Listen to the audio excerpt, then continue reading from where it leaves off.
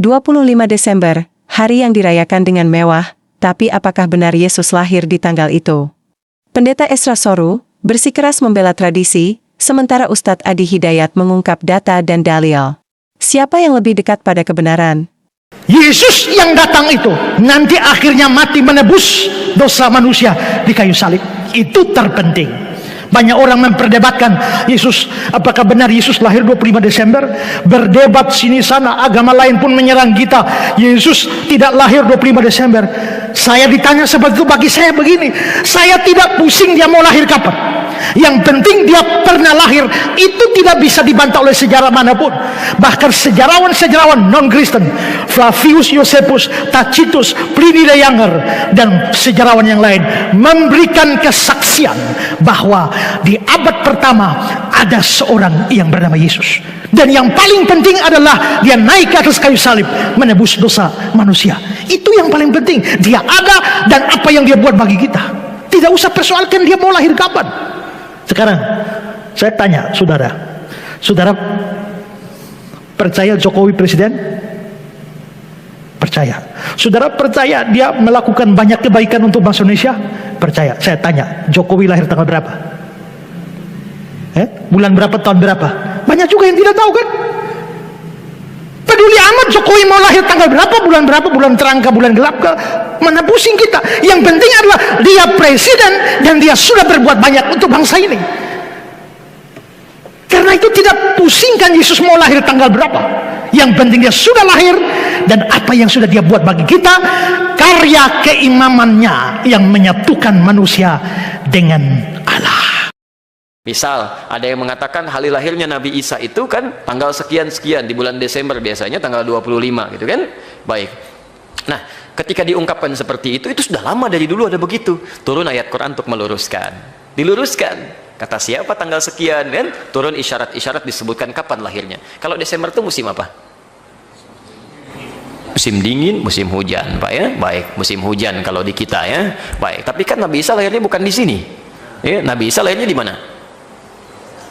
Halo? Di Palestina, baik ya? Baik disebut Bethlehem itu Baitul Lahm. Ya, tempat daging disebutkannya. Tapi jangan terlalu berlebihan juga ya. Ada yang menyebutkan di kandang domba dan sebagainya. Saya Allahu a'lam itu jangan terlalu berlebihan. Tapi nggak nyambung juga lahir di kandang domba tapi dirayakan dengan pohon pinus, kan nggak nyambung ya. Baik. Tapi kita jangan terlalu jauh lah ya, jangan terlalu jauh. Perhatikan kalimatnya. Ini beliau ketika disebutkan bulan Desember tanggal 25, ini kita membahas dari segi ilmiah ya. Jangan mengecilkan keyakinan umat lain. Kita hanya membahas tentang argumentasi ilmiah.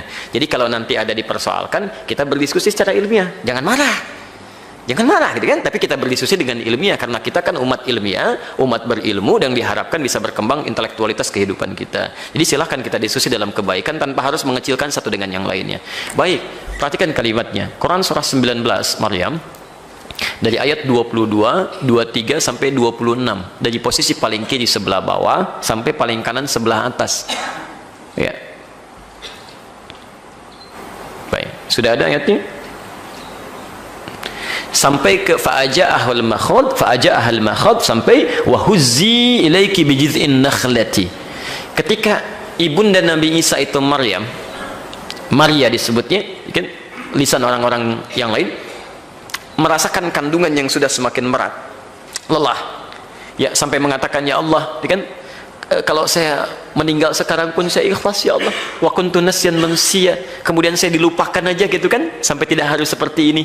Itu ketika dalam keadaan demikian dihibur oleh Allah.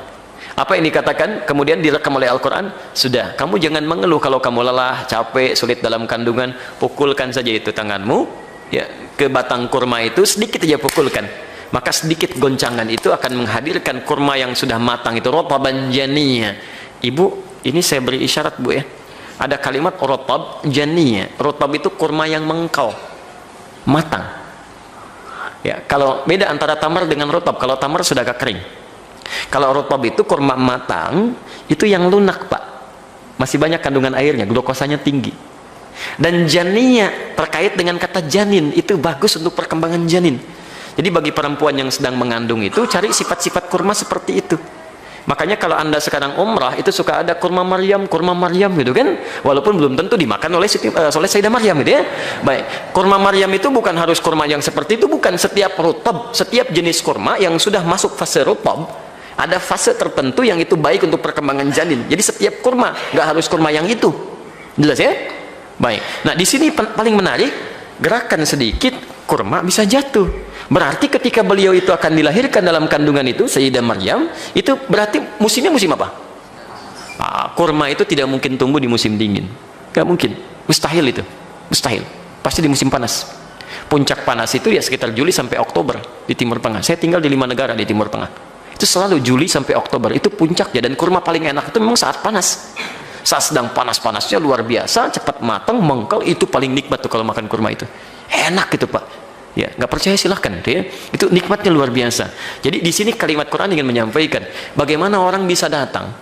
Ya, logika sederhana aja ya, ke satu tempat. Kan kandang domba sekarang dengan kandang domba dulu, kalaupun dibenarkan itu kan beda situasinya. Bagaimana musim dingin puncaknya Desember sangat dingin luar biasa, tiba-tiba bisa sendirian keluar, itu pakai apa sendirian? Pasti merasakan kedinginan, berbahaya bagi kandungan. Mustahil orang bisa melahirkan dalam musim dingin yang sangat pekat, tiba-tiba sendirian datang ke kandang domba gitu kan, dan sebagainya. Itu mustahil. Itu dari segi ilmiah saja. Jelas ya?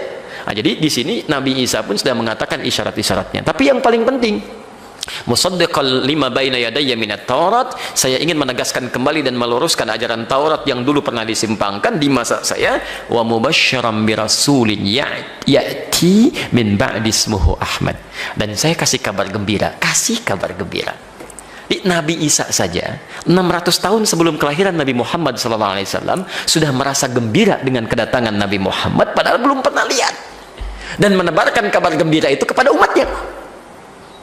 Saya kan tadi katakan, ada orang gembira, wajar kalau dalam kandungan, sampai dengan melahirkan, ini belum datang, sudah gembira. Ya, jadi ini menunjukkan ada keistimewaan Nabi Muhammad SAW dari nabi-nabi sebelumnya. Nabi Musa itu tidak pernah menyampaikan kabar gembira dengan kedatangan Nabi Isa. Silahkan cek. Ya, tidak juga Nabi Daud, tidak Nabi Sulaiman. Padahal Daud dengan Sulaiman itu bapak dengan anak. Ya, Yakub anaknya Yusuf. Yakub punya anak namanya Yusuf. Yakub anaknya adalah Yusuf, gitu kan? Baik, tapi ketika Nabi Yusuf itu kemudian tumbuh menjadi nabi, itu nggak disampaikan kabarnya bahkan kepada saudara-saudaranya. Minta dirahasiakan. Silahkan cek ya di surah Yusuf itu. Ya, kata bapaknya, kamu jangan kisahkan nih pada saudara-saudaramu ya, takutnya ada masalah. Padahal nabinya sudah ada, tapi jangan minta dikisahkan. Nabi Muhammad tidak, sebelum datang nabinya, sampaikan kabar gembira ya. Nabinya belum datang, sudah dikabarkan. Nabi Yakub, nabinya ada, anaknya Nabi Yusuf, tidak dikabarkan. Jelas ya? Nabi Musa, saya beri gambaran lagi. Kenal Nabi Musa? Alhamdulillah ya. Kalau kenal saya repot, antum siapa sebetulnya ya? Baik. Kadang, yang kita rayakan bukan kebenaran, tapi kebiasaan. Setelah semua argumen dibuka, pertanyaannya sederhana, apakah iman kita masih ditopang oleh kebenaran, atau sudah ditelan oleh tradisi yang tak pernah dipertanyakan?